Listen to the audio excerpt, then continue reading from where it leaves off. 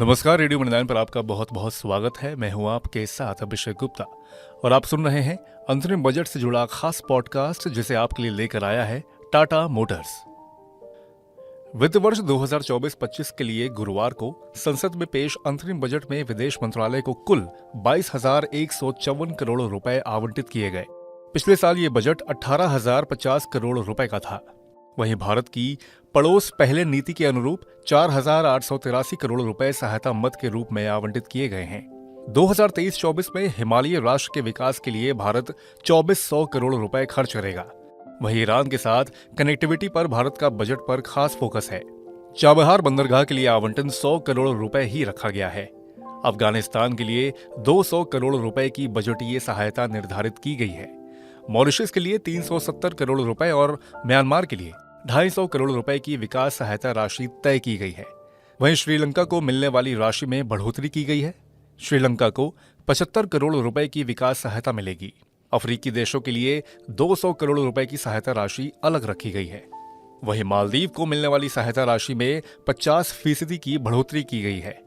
वित्त वर्ष 2023-24 के लिए बजट में मालदीव को 400 करोड़ रुपए की राशि की घोषणा की गई थी और इस साल के अंतरिम बजट में 600 करोड़ रुपए की राशि रखी गई है।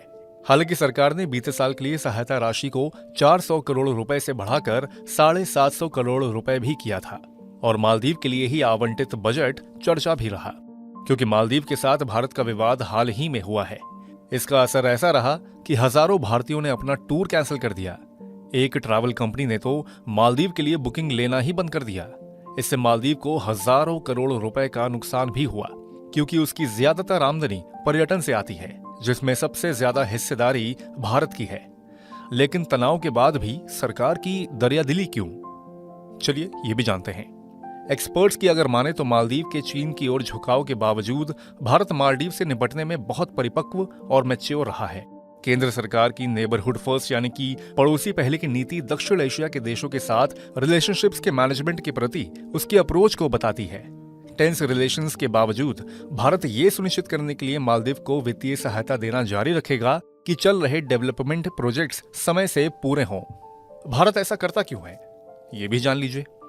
दरअसल भारत अपने पड़ोसी देशों के साथ विकास परियोजनाओं पर काम करता है। इन परियोजनाओं में अपनी ओर से भारत पड़ोसी देशों को अनुदान देता है। बजट 2024 में विदेशों के लिए जो आर्थिक मदद आवंटित की गई है, उसमें ज्यादातर पैसे अनुदान के रूप में दिए गए हैं। इसका मतलब है कि इन पैसों को वापस नहीं लिया जाएगा। मालदीव को भी जो रकम दी गई है वो लोन नहीं है, बल्कि पूरी तरह ग्रांट के तौर पर दिया गया है। तो आज के अंतरिम बजट से जुड़े इस खास पॉडकास्ट में बस इतना ही। ये पॉडकास्ट आपके लिए लेकर आया है टाटा मोटर्स।